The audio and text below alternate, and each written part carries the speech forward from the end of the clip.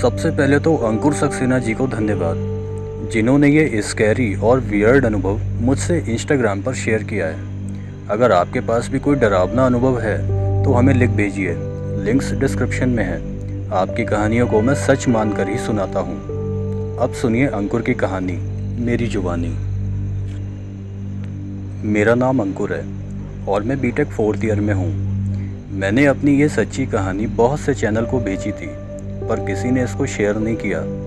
अब आपसे शेयर कर रहा हूँ, इसको फेक मत समझिएगा और प्लीज़ लोगों के साथ इसको शेयर करिएगा।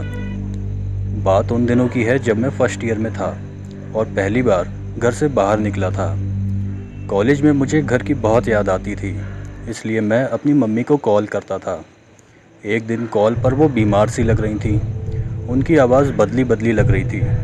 ऐसा लग रहा था जैसे फ़ोन पर उनके साथ कोई आदमी भी बात कर रहा है। तो मैं कॉलेज से छुट्टी लेकर घर गया।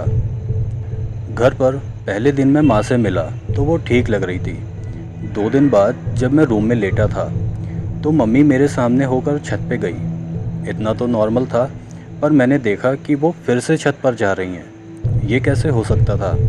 वो अभी अभी तो मेरे सामने गई थी, तो ये दूसरा कौन था? मैं डर गया था, पर कुछ कह नहीं सकता था, ना ही कुछ कर सकता था। मैंने ये सारी बातें पापा को बताई तो इन्होंने इग्नोर करने को कहा, क्योंकि उस घटना के अलावा और कुछ भी नहीं हुआ था। फिर रात हो जाती है और सब लोग डिनर कर रहे थे। मम्मी ने सबके लिए नॉन-वेज बनाया था। आपको बता दूं, हमारे घर में सभी लोग वेजिटेरियन हैं और नॉन-वेज कोई नहीं खाता। जब भी उनसे कोई पूछता था कि ये नॉन-वेज क्यों बनाया है, तो मम्मी चिल्लाती थीं और उनकी चिल्लाने की आवाज़ में 2 लोगों की आवाज़ आती थी।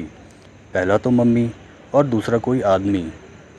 हमारे पंडित जी ने बताया कि इन पर कोई प्रेत साया है। शायद मम्मी अनजाने में कोई गलती कर चुकी थी। वैसे भी मम्मी को रात में अकेले छत पर घूमने का बहुत शौक़ था। रात में सुनसान जगह पर अकेले नहीं घूमना चाहिए।